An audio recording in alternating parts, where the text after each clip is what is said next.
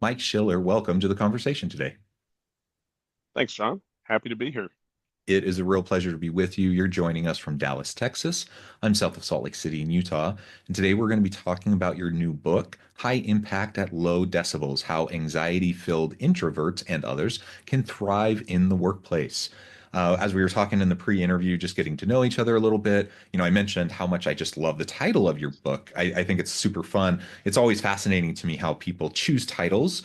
This one's a super fun one. And I really like how you're focusing in on introverts. Obviously, your book's for anybody. It can apply to anybody, but particularly, for introverts, those who are a little bit more that direction on the Yep. spectrum of, where they get their energy, draw their energy from, or where Right. they expend their energy from, right? I think sometimes we don't focus so much on those folks. And I tend to be on that side, and it is a Okay. spectrum. It's not either or. But I think a lot of us, a good portion of the population, tend to be more that direction, Right. and so it's really important to recognize as leaders, you know, what makes our people tick and what drives them and how they respond to different stimuli and all of that, right? So this is what we're Yep. going to be discussing and exploring together today. As we get started, I wanted to share Mike's bio with everybody. Mike Schiller has more than 30 years of experience at Fortune 500 companies, both as a technical expert and as an executive leader, as an executive level leader, and most recently was vice president and chief information security officer at Texas Instruments. He is currently president of Onward Consulting, specializing in information security and audit consulting. Schiller is a graduate of Texas A&M University and has spent more than 20 years working in the IT audit and information security fields. He is an anxiety-filled introvert and enjoys helping others with similar challenges succeed. And you can go to his website to find more information. He'll tell you more about that later on in the episode. All right, Mike, great again to be with you. I always like to ask authors, why this book? Why now? Like, what was the impetus for writing this book? Yeah. So you gave my background, more than 30 years in the corporate world and make it into executive leadership. And I think, for me, this book came about as I was getting near retirement from Texas Instruments. I was on an airplane flying to India, and I had a lot, I was just reflecting. You have a lot of time to reflect when you're on 20 plus hour journeys, right? And Yeah, yeah. so I was, for some reason, instead of just watching movies, I was in a contemplative mood, and I was thinking, well, I've got a lot more time Mm, behind me in my career than ahead of me. And what are some things that might have been helpful for me to know when I started that maybe I could share with some other folks? And I centered on the fact that I don't think I fit the classic, what we consider to be the classic success profile for executive leaders, because I'm an extreme introvert. I think I'm like mm, 93, 94% on Myers-Briggs introvert, which means yeah, that doesn't mean I can't interact socially effectively. It just means I get my energy from being alone. And again, yeah, to an extreme. And I'm just a high anxiety person, social anxiety and imposter syndrome and inferiority complexes, all that kind of stuff. Uh, and so I got to thinking, well, you know, maybe one of the more interesting things that I experienced was that none of those things held me back. They in a weird way, I think they led to my success yeah. because I was self-aware enough to figure out ways to mitigate those things to keep them from being derailers. And then really they got turned into strengths. And so I started developing kind of a talk to give to new employees at my company.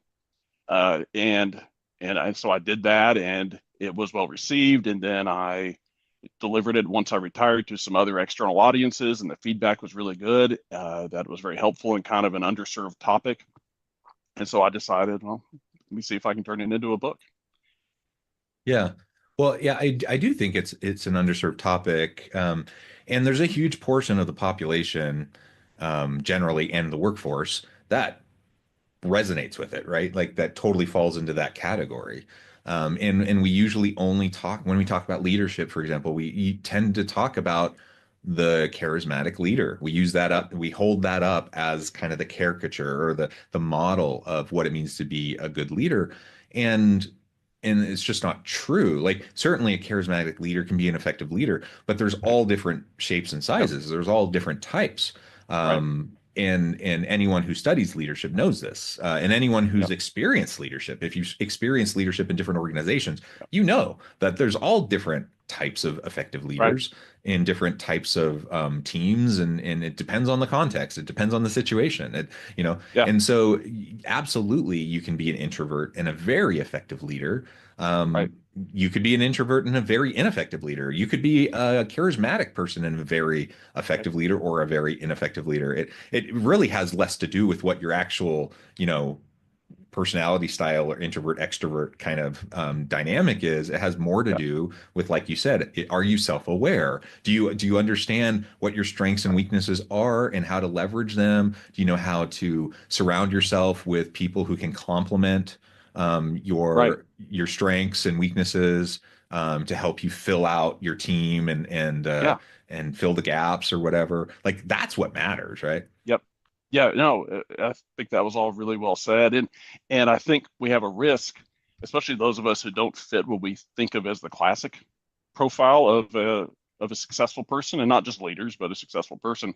Yeah, Um, we can put these artificial limits on ourselves, and that's the yeah, problem. yeah, Because when I think of we were talking about leadership. When I think of a leader, I think about initially what comes to mind is like Captain Kirk or Captain America. mm-hmm. These people are just so confident and bold and decisive, and they're so naturally gifted with people. And when I think of myself, I think maybe I'm closer to like Neville Longbottom, right? Or Eeyore or somebody. And But Neville was super important and he yeah, accomplished a that's right. lot. That's right. Absolutely. And Eeyore, he did some good things too, I suppose.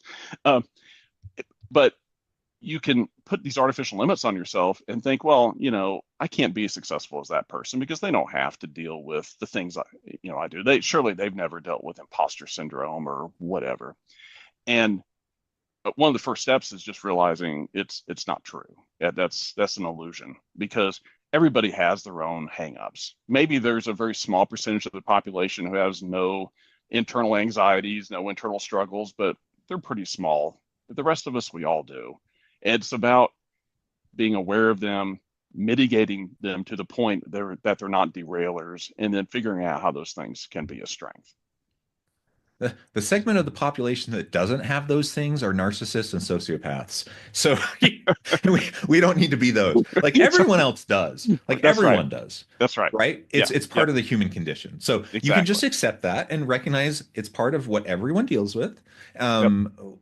And we all have to wrestle with that. And we all sometimes feel imposter syndrome. We all feel Yep. insecure. We all Yep. feel like we're wading through in the dark, trying to figure things out. Right. That's life. That's the way it Yep. is. And even those charismatic people, who seem so confident and walk through life with great bravado, guess what? They're also insecure. They're also, that's Right. partly why they have so much bravado is because they're Yeah. insecure. Yeah. Yeah. So Compensating. Right. yeah, they're Yep. compensated. Yeah. So And yeah, it's really important to just recognize that. And yeah, and guess what? We are all just trying to do the best we can.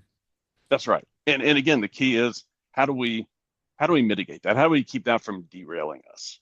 And uh, I mean, do you mind if I just dive in a little bit on that Yeah, please, imposter please. syndrome? So one of the things I used as far as structuring this topic in the book is this kind of three-step thing of wish versus reality, mitigation, and turning it into a strength. And so for each of these topics, you can kind of say, what do I wish was the case? And then what's the reality?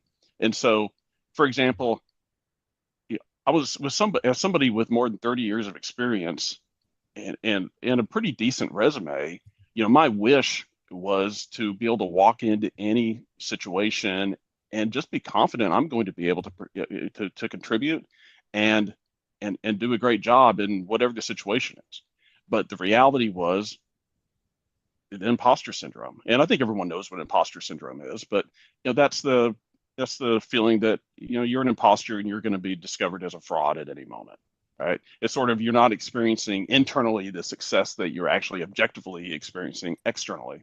So while I had this wish, the reality was I had very, very low self-confidence. And a lot of people are like that. And the problem with that is that can lead to a number of negative things. For example, the fear of making mistakes, Mm-hmm. and so you don't take risks, and that can really limit your career. Or just that low self-confidence can be very limiting in your career. It can also lead to very um, poor response to feedback, right? We all need feedback to be successful, to continuously improve, but that imposter syndrome can lead to you just spiraling into self-negativity, or sometimes being overly defensive when you hear feedback because you don't want to have made another mistake. So there's all kinds of things that could be derailers. And that's the reality, despite what my wish is. So you have to figure out, how do you mitigate it? And there are a number of steps. Obviously, we can't go into all of them, but a couple of examples. First and foremost is just an awareness that imposter syndrome, that's your brain misbehaving. It's just Mm. awareness is the first step. It's your brain misbehaving. It's trying to convince you of something that's not true. Because you can objectively look back and see your successes, and we tend to dismiss those. But you have to you have to step back and say, what would I think if I saw someone else with this resume, right? And if you're objective, you're probably going to say, okay, I would maybe have a positive impression of this person. So the awareness is important, but obviously then you have to take steps. And for a lot of us, it may sound trite, but the concept of self-talk, that is huge. Mm-hmm. And that is something you can change. For me, the most common words out of my mouth are probably things like, I hate myself. I'm so Mm. stupid. I'm an idiot. Those are the most natural things that flow out of my mouth. And also, my brain is just constantly playing this like greatest hits playlist of every mistake I ever made in my life, just constantly bombarding me with all these mistakes. And then you end up getting all caught up in, oh, why did I do that? Oh, what an idiot I was. That stuff does not put you in the right frame of mind to be successful. So you have to take steps to stop it. And those words that come out of, I'm so stupid, I hate myself, you can stop those words from coming out. That is a choice you can make, that those don't come out. The the bombardment in your head of, here's all the mistakes that I've made, that's harder because controlling the brain is tougher. But uh, I use the term changing the channel. When I'm being bombarded by these negative thoughts of things I've done, it's an awareness of, oh, this is not healthy. I'm going to change the channel. And Mm. it would be great to change the channel to some memory of some huge success I had, but you can't always come up with that in the moment. But you can change the channel to something that is at least neutral. Oh, hey, let me think about who I hope wins this season of Great British Baking Championship. Let me make a list of the last 10 World Series winners. You can just change the channel in your brain. I'm not going to think about that.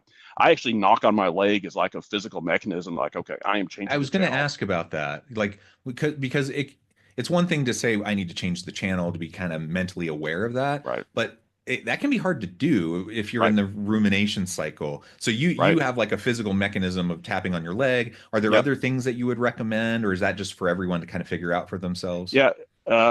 Yeah. For me, it is, you know, how the physical can impact what's going on in your brain. And so whatever that mechanism is, what actually the most effective thing for me is the knock on my head, because that's where the thought is. It's like, Hmm.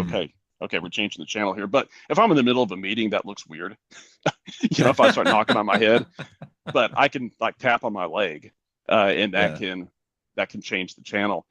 And so there are those mitigation techniques, and there's others we could talk about, but I know we don't want to spend the whole time on one topic. But ways you receive feedback and have ways you receive compliments. Again, multiple techniques of how do we mitigate this imposter syndrome. But then how does that become a strength? Well, once you've mitigated that tendency towards what you might call an inferiority complex, once you've mitigated that so that it's not derailing you and not created this complete lack of self-confidence, it can lead to a very healthy humility, which can be extremely valuable. And if we've been talking about leaders, very valuable for leaders. Yeah. As somebody who was a a naturally low confidence person. The good thing was once I again mitigated that from derailing me, I was never the leader who thought he was the smartest guy in the room and thought all ideas had to flow from him. In fact, I was the opposite. I wanted to hear everybody else's thoughts and opinions so that, Yeah, and yeah, that's terrible. Like we all have seen those types of leaders who are so arrogant, yes, they will not take input, or they kind of pretend to take input, but they've yeah, really already made the yeah, decision. right, That's almost right, even worse. yep, And that's so toxic. It's so damaging. And so exactly, having the intellectual humility is so important, but sometimes it's a hard balance because on the one hand, are you lacking yep, confidence? On the other hand, are you yep, just having like intellectual humility and curiosity and are open to right, input, right? yeah. To put it in Star Trek terms, which is the best terms possible, I would say. It's kind of the Captain Kirk versus Captain Picard model. Hmm. Captain Kirk was he always had a decision. He knew exactly what to do, and he just made all these split-second decisions. Captain Picard, he always took all his staff into his ready room and asked for everyone's opinion and then tried Yeah. to reach consensus and then made a decision. You can make an argument that Kirk was made for more exciting TV. I'd say Picard probably is more the style that I think is effective. But to your point, you still have to be balanced, right? As a leader, you're not going to be able to make every decision by consensus. You, and not every decision is appropriate to get input from everybody, right? There could be very Yeah. sensitive topics, HR decisions, but where appropriate, I find the best, at least for me, the best process is to get input from the people who are going to be most closely impacted or involved with the decision so that you can make a more informed decision. But ultimately, you have to remember as a leader, it's up to you. You have to make the final call. You have to realize when you've gotten to the point of analysis paralysis, right? But getting that input and legitimately considering everybody's input uh, helps you not only reach a stronger, more informed decision, but you're going to have better buy-in from the team.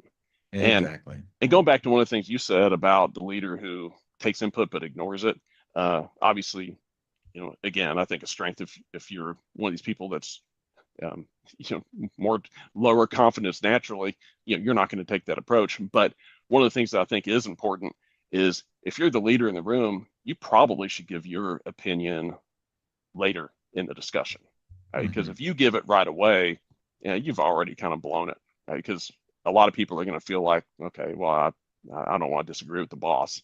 So, that's just it. It's just a good trait, as far, in my opinion, as far as being able to sincerely get that input and consider it. Yeah. Yeah. Absolutely. So imposter syndrome, that's one of the important things that you highlight in your book. What are maybe one or two other aspects that you spend some time focusing on? Well, we talked about being an introvert, Mhm. and a lot of times that goes hand in hand with social anxiety. Yes. And if I go back to that wish versus reality thing, you know, one of the ways, I could put it is, I want to have strong relationships with people. I know that that is critical to my success and also my personal happiness, right? It's not only good for business success, it's good for us personally. But even if you don't personally want relationships, you have to realize they're going to be important to your success. None of us are successful on our own. Hmm. So Hmm. that would be the wish is, okay, I want to have strong relationships, but the reality is you're an extreme introvert. And so it exhausts you to be around people. It doesn't mean you don't like them or don't enjoy their company. It's just very draining if you're an extreme introvert like me. And also, if you have social anxiety like me, it can just be uh, it can just be super stressful. It could be a almost sometimes a panic-inducing event, right? So you're Hmm. trying to avoid it. Someone asked me once, like, "Hey, what are some of the most stressful things that happen in your career?" And I could easily talk about, well, going to present to the board or trying to lead the organization through a crisis. But if I'm being honest, probably right up there at the top would be I'm sitting at my desk and somebody comes by and says, "Hey, a group of us are going to lunch. Do you want to join us?" That probably caused just as much stress because you just have this whole panic, like, "Oh, I'm not ready for that kind of social interaction. I thought I was going to have some time to myself." So, being an extreme introvert who panics at social interactions is not going to naturally get you towards having those strong relationships unless you do something to mitigate it. I had to realize as a introverted leader, I wasn't just going to naturally go out and socialize. I wasn't going to naturally go do management by walking around and touch base with the Mm, team. But from a mitigation standpoint, I thought through the fact that, well, I'm very organized. I'm very task oriented. I have this high degree of responsibility. If I say I'm going to do something, even if I just make a commitment to myself, I'm going to do it. So the connection I made was I can turn relationship building into a task. So mm, I can make a list of here are all the people that are really important for me to have strong relationships with to do this job well. And it could be peers, my team that's reporting to me, my boss, my key stakeholders, but just make a list and then develop a process for each one of what is my process for maintaining a strong relationship with this person.